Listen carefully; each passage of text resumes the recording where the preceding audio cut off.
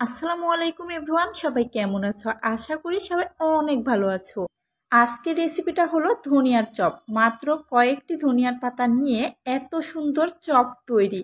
আর এটা খেতেও কতটা যে ইয়াম্মি বলে বোঝানো যাবে না, আর দেখতে তো একেবারে লোভনীয়। তো দেরি না করে চলো দেখে আসি ধনিয়া পাতা চপের কার্যপ্রণালী। তো এখানে আমি প্রথমে এক মুঠো ধনিয়া পাতা নিয়ে নিয়েছি। এবার পাত্রে কয়েকটি মিশ্রণ একসাথে করে সুন্দরভাবে মাখিয়ে নিতে হবে। তো প্রথমে এখানে আমি বেসন দিয়ে দিলাম, তারপর ময়দা। তো মনে রাখবা, সব সময় ময়দার চাইতে বেসনটা একটু বেশি দিতে হবে, না হলে চপটা একদমই ভালো হবে না। তো তারপরে এখানে দিয়ে দিচ্ছি লবণ, সব কিছু পরিমাপ মতো দিয়ে নিতে হবে। তারপরে এখানে মরিচ, তারপরে সামান্য একটু হলুদের গুঁড়া, তারপরে এখানে দিতে হবে ধনিয়া গুঁড়া। তো এগুলো দিয়ে সুন্দরভাবে প্রথমে হাতের সাহায্যে মাখিয়ে নিতে হবে।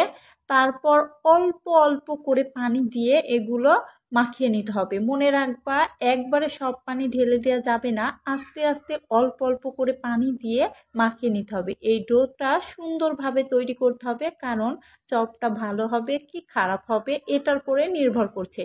তো এমনভাবে আস্তে আস্তে সুন্দর করে মাখিয়ে নিবে। এটা বেশি ঘন করা যাবে না, আবার বেশি পাতলা করাও যাবে না। তো এই যে আমার হয়ে গেছে অলরেডি, ঠিক এমনটা হতে হবে। তো আমার তো সব উপকরণ একেবারে রেডি। এবার চপগুলো ফ্রাই করার পালা। তো ফ্রাই করার জন্য প্রথমে আমি চুলার কাছে চলে যাচ্ছি এবং চুলাতে প্যান বসিয়ে দিচ্ছি, তারপর চুলাটা অন করে দিলাম। এবার আমি প্যানে তেল দিব। সব সময় মনে রাখবা, কোনো কিছু ফ্রাই করার সময় অবশ্যই সয়াবিন তেলটা ইউজ করতে হবে, না হলে ফ্রাই করা একদমই ভালো হবে না। তো এবার তেলগুলো গরম করার পালা। তো এই যে এখানে উপকরণ একেবারে রেডি। এবার অল্প সামান্য কয়েকটা ধনিয়া পাতা নিয়ে এমনভাবে সেই মিশ্রণটার ভিতর চুবিয়ে সুন্দরভাবে মাখিয়ে নিতে হবে। এরমভাবে মানে চারিদিকে যেন ভরে থাকে এমনভাবে মাখিয়ে নিতে হবে। তারপর একে একে চুলাতে দিয়ে দিতে হবে।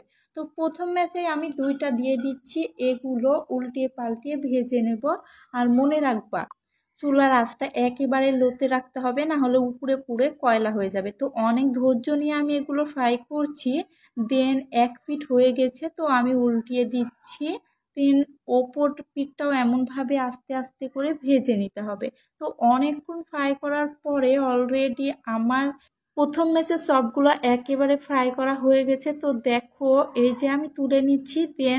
অন্য চপগুলো একদম সেম প্রসেসে ফ্রাই করে নিতে হবে। তো অলরেডি আমার সবগুলো ফ্রাই করা হয়ে গেছে। আর দেখো কতটা সুন্দর লাগছে আর কতটা ইয়াম্মি লাগছে। তো বন্ধুরা, খেতেও সত্যি অনেকটাই ভালো লাগছিল। তো বন্ধুরা, সবাই ভালো থেকো, সুস্থ থেকো। আবারও দেখা হবে নেক্সট ভিডিওতে। আর ভিডিওটি ভালো লাগলে অবশ্যই পাশে থাকবে। আল্লাহ হাফেজ।